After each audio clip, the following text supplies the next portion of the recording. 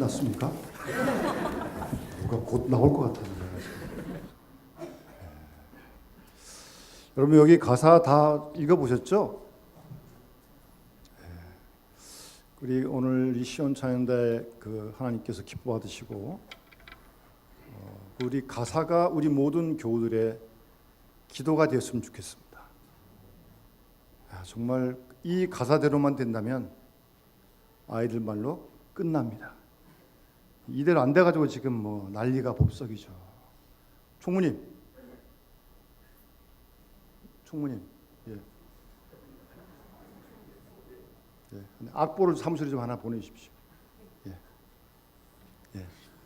다음 주 가사를 주보에 기록해 드릴 테니까 특별히 대강절 절기에 좀 계속 읽으시면서 그대로 좀 기도를 했으면 좋겠어요. 이거 정말 가사가 그대로 우리가 기도하고 하나님 응답하시면 끝날 것 같다니까요. 끝나죠. 그렇게 안 돼서 안 끝난다니까요.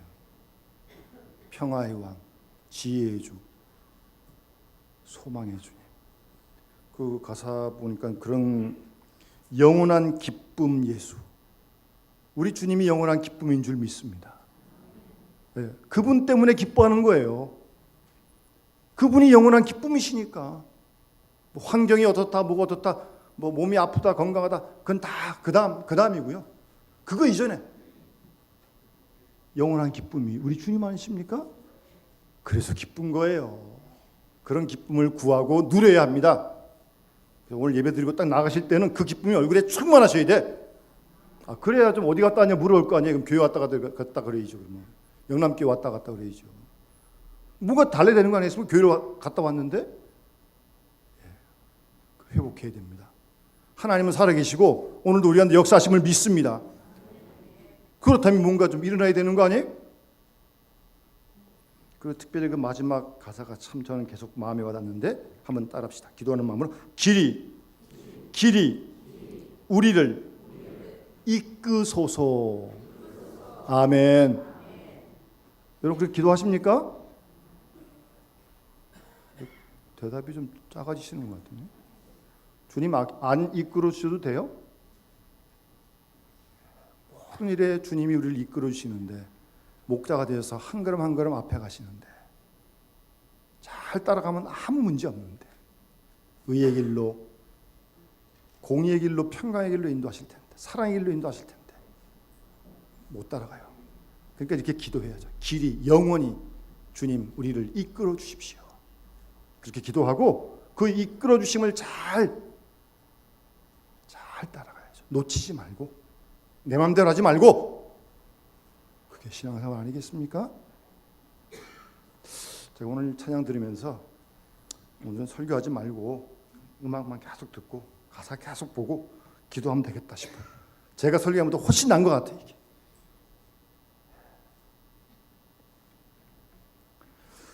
여러분 올해 우리 교회 달력 12월 달에 성구가 무슨 성구가 써 있는지 아십니까?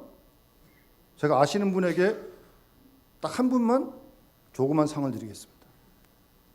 아무도 모르시네요. 됐습니다. 아시면 제가 또 상품이 나가니까. 아무도 모르시는군요. 달력은 분명히 걸어놨을 텐데 집에. 그걸 왜 모르실까요? 달력을 안 보시나요? 따라합시다. 믿음의 주여, 온전케 하시는 이인 예수를 바라보자. 집사님 예수예요, 하나님 아니고. 성경대로 하셔야 돼요, 집사님. 히브리서 12장에 있는 말씀입니다. 12월 달 특히 대강절 절기 동안에는 우리가 예수, 살아계신 예수, 평화의 왕 되신 예수를 좀 집중적으로 바라봐야 됩니다. 그냥 건성으로 말고 입체적으로 바라보셔야 돼요. 살아계시니까요. 그래서 이런 찬양 가사도 그런 마음으로 정말 지혜의 주님이시고. 사실 그래서 오늘 1부 때는 여러분 나눠드린 유인물을 좀 읽었는데 제가 시간 관계상 읽지는 않겠습니다. 이런 유인물을 잘 준비해서 드리는데 이걸 보지도 않고 그냥 껴놨다가 다음 주 또 가져오시면 그거는 아니죠. 여기 대강절 혹 대림절이라고 하는데 뜻과 유래 그리고 이 성탄절 앞까지의 특별히 선구 묵상할 내용들을 찬송과 함께 담아놨습니다. 이대로 묵상하고 찬송 부르시고 대강절 절기를 지내가시면 또 하나님께서 크신 은혜를 주실 줄 믿습니다.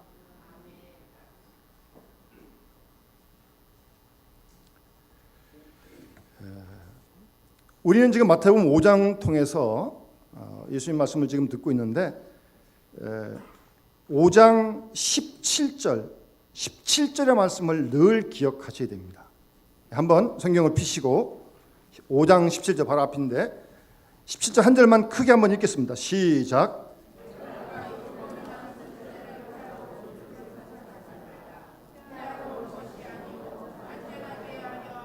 아멘. 예수님은 율법, 그 당시 구약 성경, 그냥 성경이죠. 그때는 구약밖에 없었으니까요. 성경을 구약을 폐허로운 줄로 생각하지 말아라. 나는 구약 성경을 율법을 완전하게 하려고 왔다. 그래서 로마서 같은 데 보게 되면 율법의 완성이다. 그런 표현도 바울이 있습니다. 그래서 이 말씀을 어려우니까 지난 시간에도 살인하지 말라는 말씀으로 풀어서 설명을 해주신 겁니다. 뭐가 율법을 말씀을 다 완전히 하는 일이냐? 살인하는 게 그게 아니라 그 이전에 미워하고 노하고 화를 내는 것, 그게 살인이다. 그 말씀을 하시는 거죠. 그것까지 지키는 것이, 적극적으로 더 나가서 사랑하는 것이 살인하지 말라고 하는 그 말씀을 온전히 이루는 것이다 라고 주님이 설교하셨고 주님은 직접 그렇게 사신 거죠. 믿음의 주요 온전케 하시는 주님을 바라보는 우리들도 그 주님을 따라가는 거 아니겠습니까? 한 해 한 해 자꾸 따라가야 되는 거 아니겠습니까? 그게 정말 은혜 중에 은혜요, 축복 중에 축복 아니겠습니까? 그런 주님이 오늘은 간음하지 말라, 이 7계명에 있는 말씀이거든요. 10계명 중에. 그리고 출애굽기 19장에 나와 있고 신명기 5장에 나와 있어요. 10계명이 거기 기록되어 있거든요. 간음하지 말라라고 하는 그 말씀을 온전히 이루는 길이 무엇이냐? 이제 그 설명을 이제 오늘 본문에서 예수님께서 하시는 겁니다. 사실 이 본문만 가지고는 조금 뭔가 좀 짧고 좀 속 시원하게 좀 이해가 잘 되질 않아요. 그래서 집에 가서 꼭 한번 관심 있는 분들 관심을 가지시고 마태복음 19장 3절 이하를 보시면 훨씬 더 도움이 되십니다. 제가 한번 읽어드릴 테니까 지금은 듣기만 하세요. 바리새인들이 예수께 나와 그를 시험하여 이르되 사람이 어떤 이유가 있으면 아내를 내어버리는 것이 옳으니까? 예수께서 대답하여 이르시되 사람을 지으신 이가 본래 저희를 남자와 여자로 만드시고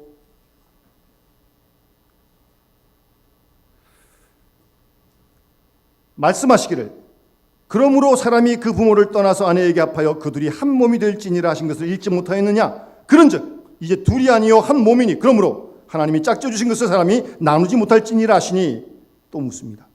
여짜오되 그러면 어찌하여 모세는 이혼 증서를 주어서 버리라고 명했습니까? 이 신명기 24장에 나와 있어요. 신명기에 보면 모세가 그렇게 설교했어요. 그 말을 인용하면서 그럼 왜 모세가 이렇게 설교했냐? 또 예수님께 따지는 거죠. 그래서 예수님께서 모세가 너희의 마음의 완악함 때문에 아내 버림을 허락하였거니와 본래는 그렇지 않다.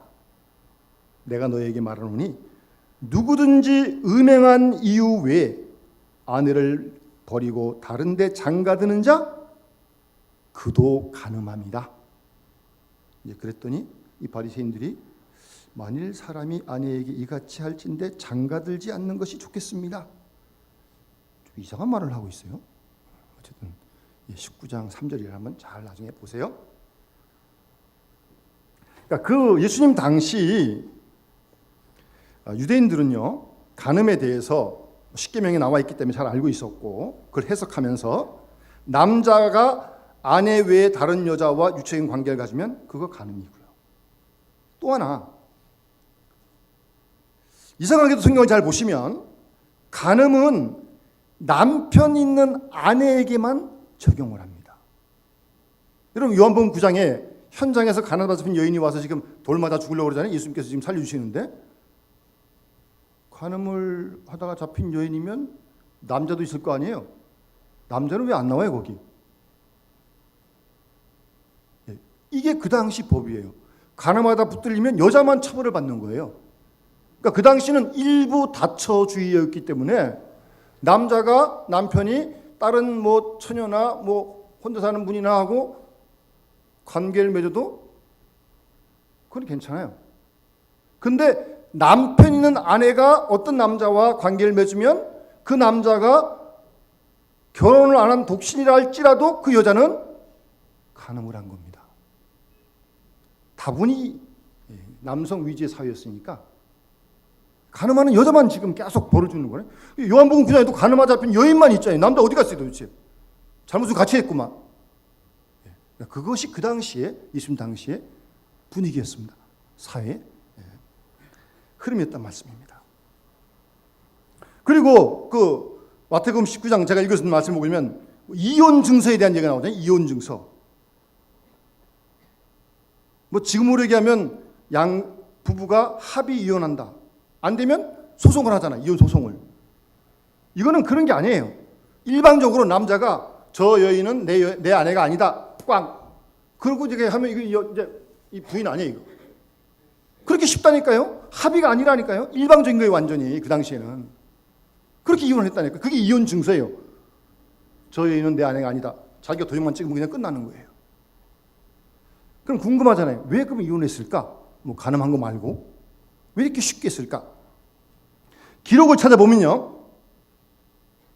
우리나라도 옛날 그런 적이 있었던 것처럼 지금은 그렇지도 않지만 여자가 아이를 낳지 못하면 이혼당했습니다. 뭐 지금은 결혼하고도 일부러 아예 안 낳는 가정도 있고요.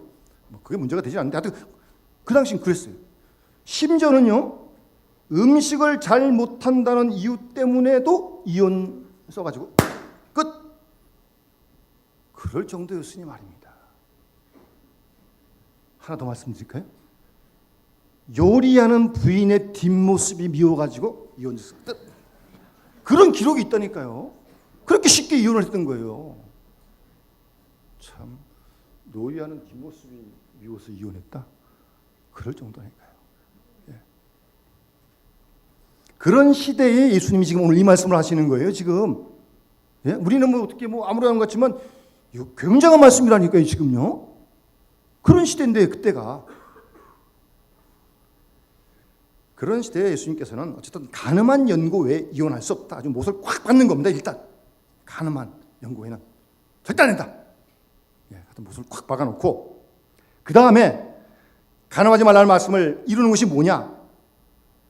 28절에 내가 너에게 이르노니 음욕을 품고 여자를 보는 자마다 이미 마음에 간음하였느니라. 예수님께서 하신 말씀이에요.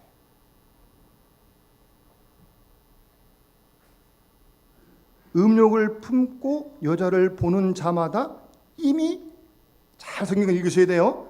마음에 간음하였다는 겁니다. 마음에. 우리 살인도 진짜 죽인 살인만 문제가 아니라 미워하는 것부터가 문제라고 말씀드렸잖아요. 그러나 그 둘은 같은 게 아니에요. 간음도 마찬가지입니다. 간음한 그 행위 큰 죄죠. 그러나 마음으로 여기 마음에 간음하였다. 마음에 간음한 거하고 진짜 간음한 거하고 그건 다른 거예요. 다르죠. 절대 같은 거니까 그냥 뭐 그러면 안 돼요.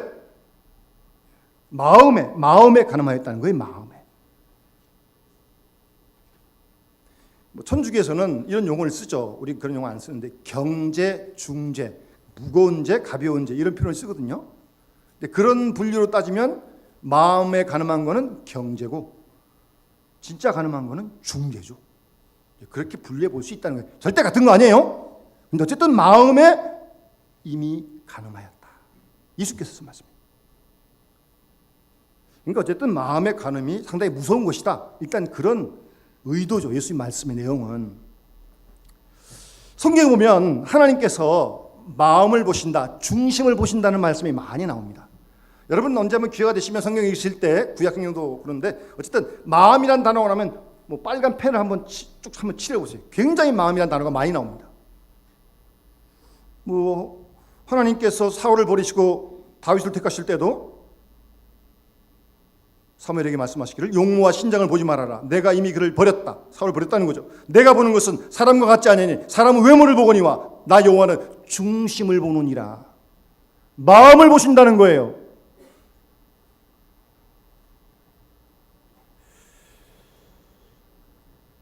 여러분, 마음을 하나님 우리의 마음을 보세요. 마음을. 여러분 지금 여러분 마음이 어디 있어요? 몸은 여기 왔는데 마음은 딴 데가 있는 건 아니에요? 마음 상태는 어때요? 마음 상태요. 요즘 사람들은요, 이 마음 상태를 잘 점검을 하지 않더라고요. 별로 마음에 관심 없어요. 뭐 애들도 뭐 열심히 일어나 탁 누르면서 머리만 팍 생각하고 마음하고 다른 거예요. 절대 다른 거예요. 생각을 마음처럼 생각해요. 마음하고 생각하고 다른 거예요. 이거는 생각은 여기서 하는 거고 마음은 어딘지 모르지만 어쨌든 마음이에요. 마음. 여러분 일기 써보셨어요? 편지 요새 쓰세요?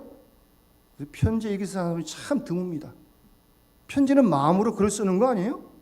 문자하고 달라요. 카톡하고 달라요. 그거는. 그러니까 마음을 잘 표현하지 않으니까 마음이 자꾸 이제 굳어지는 거죠. 더 굳어지고 돌같이 됐는데 그것도 몰라요. 마음이 무슨 뭐 이 21세기 시대에 무슨 마음이 뭐 시인이나 마음을 노래하는 거지 뭐 그러는 거예요? 그래도 되는 거예요? 성경은 이렇게 말씀하지 않는데요? 나는 마음이 온유하고 겸손하니 내게 와서 배우라고 주님 말씀하시는데요? 예수님이 나의 마음을 온유하고 겸손하다고 말씀하시는데요? 그 마음을 배우라고 말씀하시는데?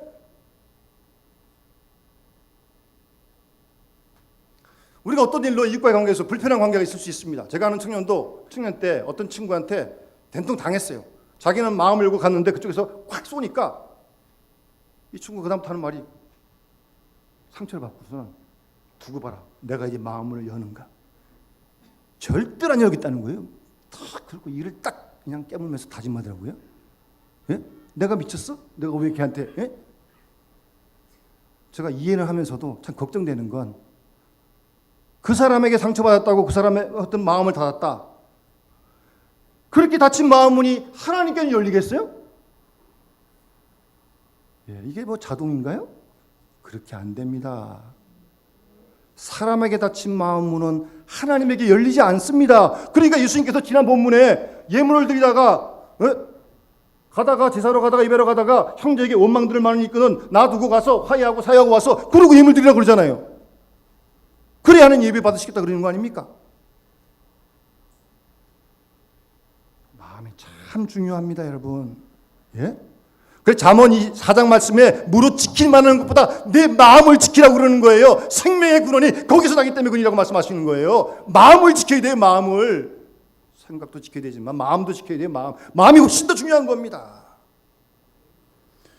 여러분 신명기 6장에 보면 우리가 잘 아는 이스라엘에 드러나는 말씀에 보면 예?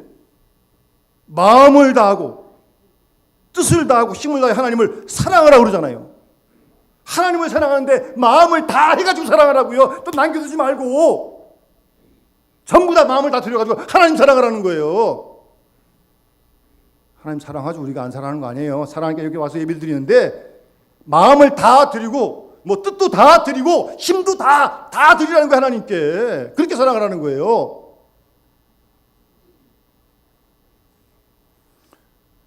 그런 말씀만 있는 게 아니에요. 성경을 잘 보시면 예레미야 선지자는 17장 9절에 만물보다 거짓되고 심히 부패한 것이 인간의 마음이라고 말씀하고 있습니다.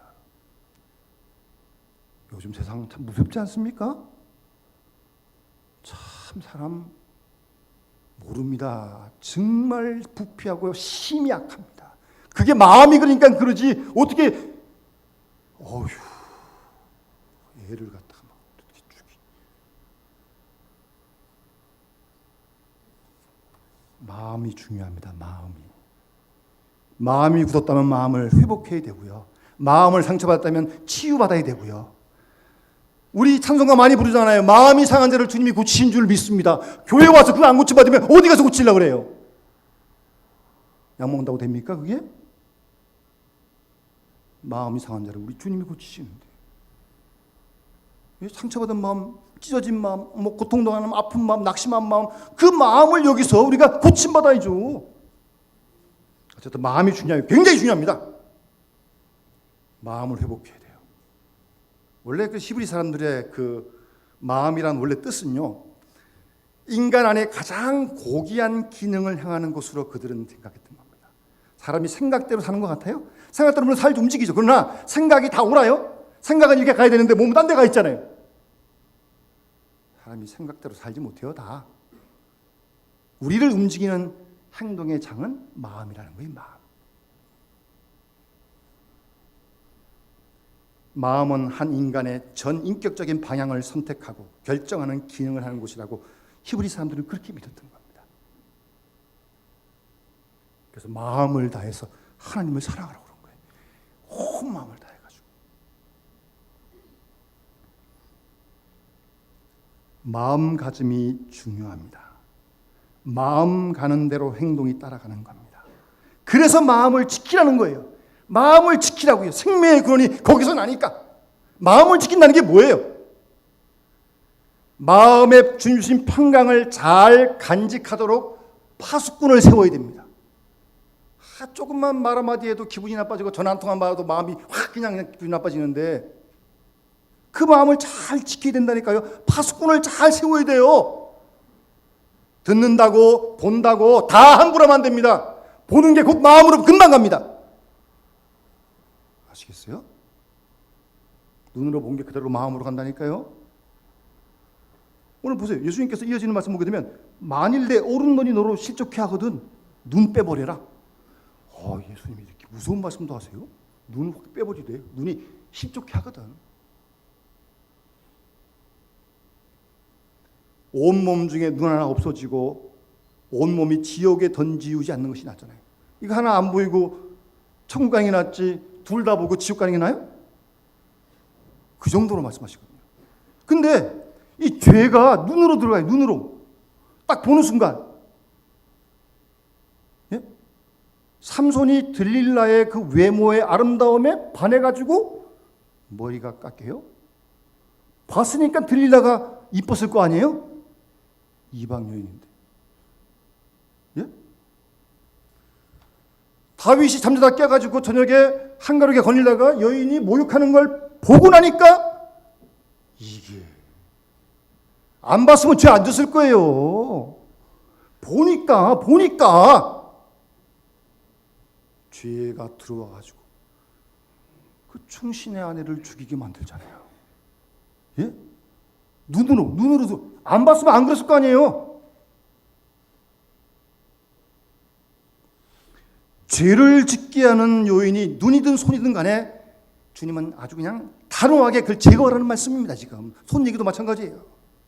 우리로 하여금 죄 짓게 하는 요인들을 제거하라는 거예요. 과감하게. 그런 강한 결단을 요구하시는 말씀입니다. 손, 눈만 아니라 어떤 거든 간에. 그래서 가만 보면요, 우리 건강이 필요한데 사람이 건강할 때, 아파 누워있을 때는 착한 사람인데 건강하면 말썽을 일으킨 사람이 있어요. 그 사람은 그냥 아파 조금 누워있는 게 나아요. 건강해가지고 말썽 일으키면 되겠어요? 하는 게 용어 되겠냐고요. 어떤 사람은 가난하면 괜찮은데 부자가 되면 이상하게 보기 힘들어하는 사람이 있어요. 또 교만한 사람이 있어요. 그 사람은 적당히 가난한 게 나아요. 돈 가지고 돈도 제대로 못 쓰면서 교만하고 목에 힘주고 엉뚱한 데 쓰고 그런 것보다는 적당히 없는 게 낫지. 그렇지 않습니까? 생각을 해보세요. 하나님 관점에서. 그러니까 사람에 따라서 가난해야 좋을 삶도 있고 부자가 되어야 좋을 삶도 있고요. 무조건 건강하면 바라지 마세요. 우리 마음대로 물론 안 되지만 그것도. 그렇잖아요. 극단적인 예지만 가난하고 죄 안 지는 게 낫지 건강하고 죄 지는 게 낫겠어요? 재미난 얘기가 있습니다. 조지 락스라고 하는 사람이 마귀도 병들면 천사가 된다 그랬습니다. 재미없어요? 웃기잖아요. 마귀가 병들면 천사가 된대요. 마귀도 병들면 사람을 못 건드니까요. 그런 재미난 얘기가 있습니다. 마귀 같은 사람도 병들어 눕게 되면 착해집니다. 죄 못 짓습니다. 질 수가 없죠.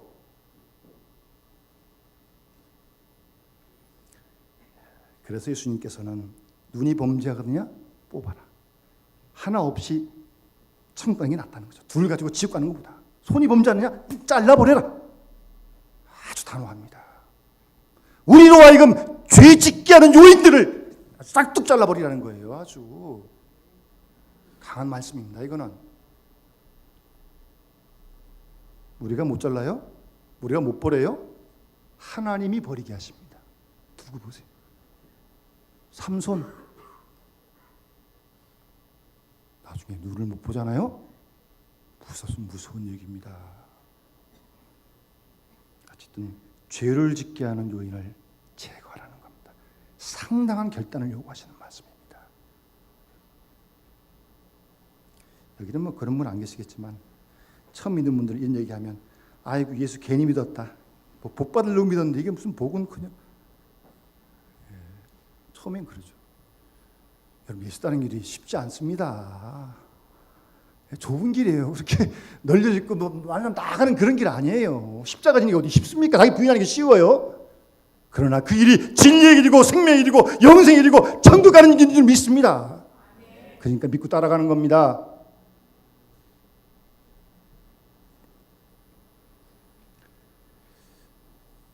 그 당시로 봐서는 오늘 예수님 말씀은 상당히 충격적. 그 당시 간음을 해도 여자만 처벌한다니까요. 그런데 오늘 예수님께서 뭐라고 말씀하세요? 간음하게 한 남자, 그도 간음한 것이다. 남자에 대해서 책임을 묻는 겁니다. 이건 그 당시로 아주 파격적인 말씀이에요. 아주 남녀를 똑같이 동등하게 말씀하시는 거예요. 예수님 참 대단하신 분이시죠. 누구든지 버린 여자에게 장가드는 거 그것도 간음이라는 거예요. 그것도 그런 남자도 간음한 거라는 거예요. 우리가 이런 말씀들을 이렇게 함께 들으면서 우리 자신들을 돌아봐야 합니다. 지금 내 마음은 어떤지 자기 마음을 잘 살펴봐야 합니다. 마음을 살필 시간이 없을 정도로 바쁠 이유는 없습니다. 바쁘시다고요? 바쁘셔야죠. 좋아요. 그러나 마음을 살필 시간도 여유도 없이 바쁠 이유는 없습니다. 우린 기가 아니니까요. 자신을 잘 살펴보아야 합니다. 나로 하여금 죄를 짓게 하는 요인들이 무엇인지, 내가 무엇 때문에 자꾸 실수하는지, 그리고 그 실수로부터 좀 벗어날 수 있는 길은 없는지, 지혜는 없는지 중요한 문제 아니에요? 그리고 사실은 뭐 이 말씀은 쉽게 어쨌든 이 간음하지 말라 문제는 순결의 문제입니다. 긍정적으로 표현하면 순결의 문제입니다. 순결을 원하시는 거죠.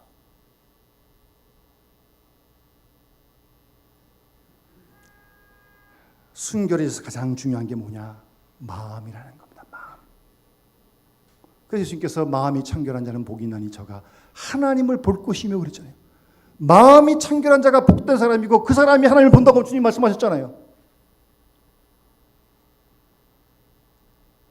순결에서 가장 중요한 게 마음이에요. 그리고 그 마음을 지키기 위해서 눈을 조심해야 되고, 여러분 보인다고 다 보지 마세요. 다 보지 마세요. 볼 필요가 없는 거, 봐야 도움이 안 되는 거, 안 보는 게 지혜로운 겁니다. 에이, 뭐 내가 뭐 보는데 뭐 보고 뭐 나쁜 짓 안 하는데, 글쎄요, 두고 봐야 돼요. 그거는 하는지 안 하는지는 보지 마세요. 보인다고 다 보는 거 아닙니다. 눈부터 조심해야 마음을 지킬 수 있습니다. 눈으로부터 순결이 깨어지면 그 다음부터는 막 이미 그냥 넘어갔어요. 항상 보는 것 조심해야 합니다. 그리고 어쨌든 우리로 하여금 죄를 짓게 하는 요인, 손이든 눈이든 뭐 하여튼 뭐든 간에 단호하게 대처할 것을 주님께서 말씀하시는 겁니다. 그거 대처 못하면 계속 죄에 넘어가는 겁니다. 간음하는 행동만이 정죄되는 것이 아니라 간음하게 하는 것도 죄입니다. 남자든 여자든 죄입니다. 부부간에 뭐 두 사람 간의 문제는 공동 책임이 있는 거지 뭐 그렇지 않습니까? 그런 문제까지. 어쨌든 그래서 하나님은 우리 모두가 주님을 마음속에 모시고 주님 앞에 하시는 점도 티도 흠도 없이 순결하고 청결한 마음, 그런 마음을 가지고 하나님을 섬기고 이웃을 사랑하고 주님을 따르는 그런 그리스도의 일꾼들이 다 되길 원하신 줄 믿습니다. 성탄절 앞두고 우리 대간절도 시작하는데 이런 예수의 마음을 잘 우리가 헤아려가지고 우리가 기도하고 나아가면 하나님이 도와주실 줄 믿습니다. 내가 할 건 벌써 했죠. 뭐 이미 안 되는 거 우리 잘 알고 있잖아요. 내가 못하는 거 알고 있잖아요. 그러니까 아까 길이 영원히 하나님 우리를 이끌어 주십시오라고 기도해야죠. 내가 못하니까 도와달라고 기도해야죠. 그러면 성탄을 맞이하고 주님의 재림을 기다리는 우리 믿음의 식구들 되시기를 주님을 축원합니다. 우리 찬송가 286장 찬양 부르면서 하나님께 봉헌하도록 하겠습니다.